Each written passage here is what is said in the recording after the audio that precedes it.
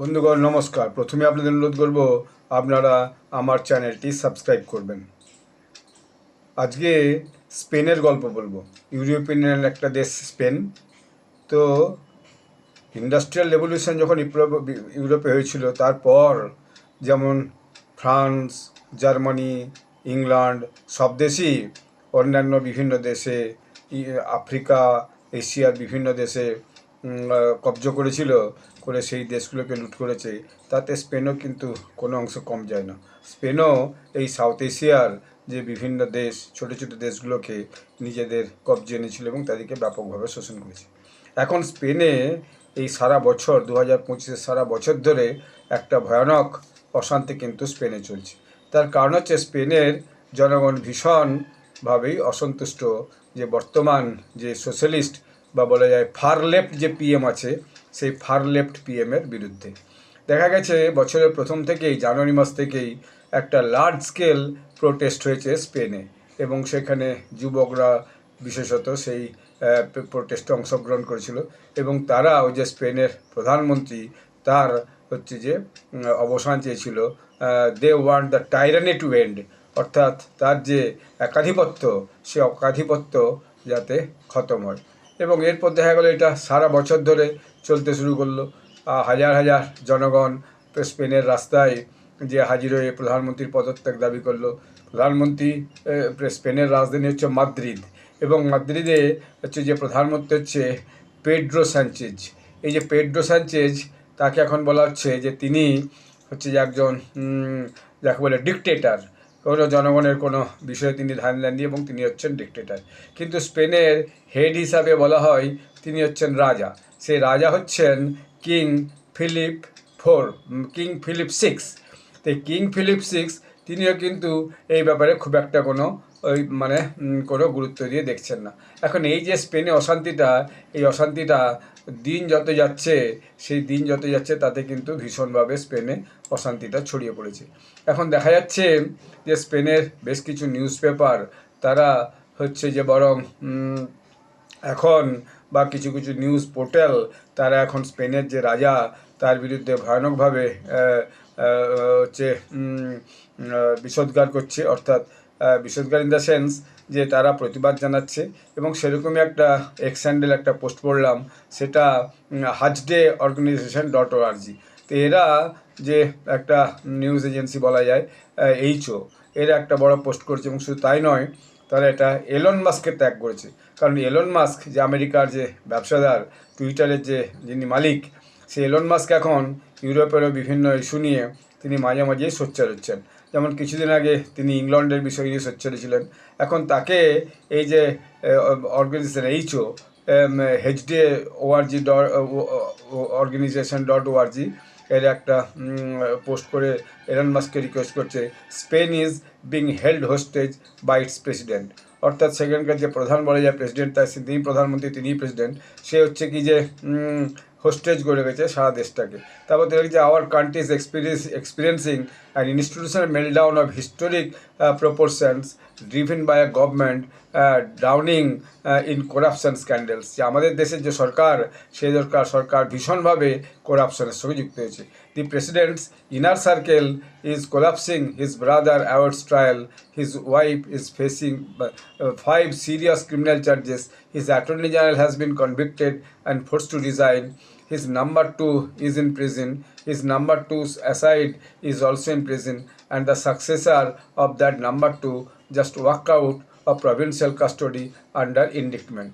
অর্থাৎ দেশের যে বড় বড় তার ভাই হচ্ছে যে ক্রিমিনাল চার্জের জন্য জেলে আছে, তার অ্যাটর্নি জেনারেল সেও কনভিক্টেড হয়ে রিজাইন করেছে, এবং তার আরও দুজন যে তারা হচ্ছে যে জেলের মধ্যে আছে, কিন্তু তিনি কোনোভাবেই পদত্যাগ করতে রাজি হচ্ছে না। This cases keep advancing every week, and the president, the socialist Pedro Sanchez, clings to power because he knows that losing office means the beginning of his own judicial reckoning. অর্থাৎ তিনি কোনোভাবেই পদ ছেড়ে যাচ্ছেন না, কারণ তিনি জানেন যে যদি তিনি একবার কোনোভাবে পদ ছেড়ে দেন, তাহলে তাকে বিচার ব্যবস্থার আওতায় আসতে হবে, যে হয়ে তার কাছে করাপশন চার্জেস আছে।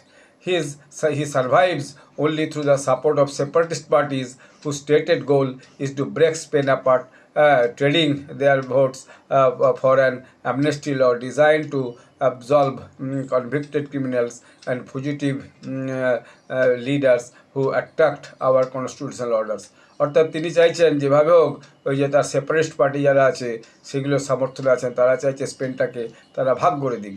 এবং এই বছরের প্রথমে দেখা যাচ্ছে যে ব্যানার পোস্টার নিয়ে স্পেনের পার্লামেন্টের সামনে তার যে করাপশান, তার গভর্নমেন্টের যে বিভিন্ন দুর্নীতি, সেই নিয়ে ব্যাপক প্রতিবাদ হয়েছে, কিন্তু তাতে কিছু লাভ হয়নি। উল্টে তারা কি করেছে, এই যে যারা নিউজ অর্গানাইজেশন তাদের স্টাফদিকে টার্গেট করেছে এবং তাদেরকে বিভিন্নভাবে পুলিশ হ্যারাসমেন্ট করেছে এবং এর বিরুদ্ধে একটা প্রতিবাদ নেওয়া উচিত।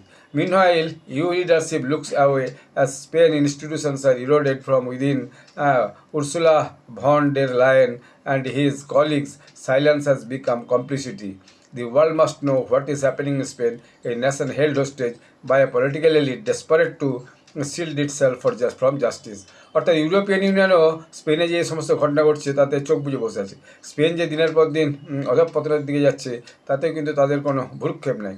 এবং তার যে ইউরোপিয়ান ইউনিয়নের যিনি হেড এখন চেয়ারম্যান বা প্রেসিডেন্ট বলেন, উর্সুলা ভন ডের লায়েন, তার বিরুদ্ধে তো ব্যাপক অভিযোগ। তিনি জার্মানির মহিলা একজন, তো যে তিনি হচ্ছে গ্লোবালিস্ট হিসেবে নাকি কাজ করছেন এবং তিনি মূলত লেফট লিনিংয়ের সঙ্গে জুড়ে আছেন এবং তার জন্যই এই রকম কাণ্ডটা স্পেনে ঘটছে এবং তিনি এর বিরুদ্ধে কোনো ব্যবস্থাও নিচ্ছেন না। তো সারা পৃথিবীর এটা জানা উচিত যে কি অবস্থা স্পেনে এখন হচ্ছে, সেই জন্য আমি এই টুইটটা করছি। অর্থাৎ এইভাবে তিনি এলন মাস্ককে হচ্ছে কি যে একটা বক্তব্য বলছেন। জানেন, এলন মাস্ককে একটা ট্যাগ করে একটা যদি আপনি টুইট করেন, তার মানে সেটা আপনার প্রায় বহু লোক তার কাছে পৌঁছে। তার 230.3 মিলিয়ন সাবস্ক্রাইবার। বোধহয় পৃথিবীর সবথেকে যে পপুলার যে টুইটার হ্যান্ডেল, এটা বোধহয় এলন মাস্কেরই। তো সেই জন্য যাতে করে আগামী দিনে এলন মাস্ক স্পেনের অবস্থা নিয়ে সোচ্চার হন এবং বক্তব্য রাখেন এবং টুইট করে জানান স্পেনে যে এই সরকার, যে মাদ্রিদের যে সরকার এখন চলছে, সেই যে তার সরকার যাতে ইমিডিয়েট হচ্ছে যে বরখাস্ত হয় অর্থাৎ চলে যেতে বাধ্য হয় এবং সেখানে নতুন সরকার নতুন করে নির্বাচন হয়। এরকম একটা আনপপুলার সরকার কীভাবে এখনও টিকে আছে, এটাই হচ্ছে মানে ক্রাক্স অফ দ্য স্টোরি, আমি যেটা পড়ে যেটা বুঝলাম আর কি। তো ফলে স্পেনে এখন জনগণের সঙ্গে স্পেনের যে প্রেসিডেন্ট, তার একটা ভয়ানক কিন্তু অশান্তি কিন্তু চলছে। তো আগামী দিনে স্পেন কীভাবে এই সমস্ত যে ক্রাইসিস তার থেকে উদ্ধার হয় এবং জনগণই বা কীভাবে তাদের অধিকার ফিরে পায়, সেটাই আজকের দিনে সবচেয়ে বড় প্রশ্ন। Let you wait and see যে কী হচ্ছে আগামী দিনে স্পেনে। তো ইউরোপীয় ইউনিয়নের সব দেশেই এখন একটা ভয়ানক ক্রাইসিস চলছে। কোথাও কোথাও তো শোনা যাচ্ছে জার্মানি টার্মানিতে নাকি এই ক্রিসমাস যে মার্কেট, সেই ক্রিসমাস মার্কেট নাকি বন্ধ করে দেওয়া হয়েছে, কোনো আততায়ী আক্রমণের ভয়ে। কারণ আগে দু একবার এই ক্রিসমাস মার্কেটে আততায়ীরা আক্রমণ করেছে এবং যে ইমিগ্রেন্টসদের সঙ্গে সেখানকার মানুষজনের অনেক ঝঞ্ঝাট ঝামেলা হয়েছে। তো ফলে দেখা যাচ্ছে ইউরোপের বিভিন্ন দেশে একটা কিন্তু পতন শুরু হয়েছে। উইন্টারে ইউরোপের জিনিসপত্রের দাম ভয়ানক বেড়ে গেছে, বিভিন্ন খবরে যেটা দেখা যাচ্ছে, এবং সেখানে গ্যাস, তেল এসবের খুব ক্রাইসিস হচ্ছে ধীরে ধীরে। তো এরকম একটা অবস্থায় স্পেনের যে একটা বিক্ষোভ, সেই বিক্ষোভটা খুব চূড়ান্ত পর্যায়ে পৌঁছচ্ছে। জনগণ ভয়ানক অশান্তির মধ্যে জীবনযাপন করছে এবং তারা ইমিডিয়েট এই যে অ্যাডমিনিস্ট্রেটিভ হেড তার পদত্যাগ চাইছে, যাতে করে সেখানে একটা সুস্থির অবস্থা ফিরে হয়। তো আগামী দিনে যা হবে ডেভেলপমেন্ট, সেটা আমরা নজর রাখবো এবং আপনাদেরকে জানাবো। আবার নতুন করে ব্লগ করে আপনাদের কাছে আমি নিয়ে আসবো। আপনারা সবাই ভালো থাকবেন, ধন্যবাদ।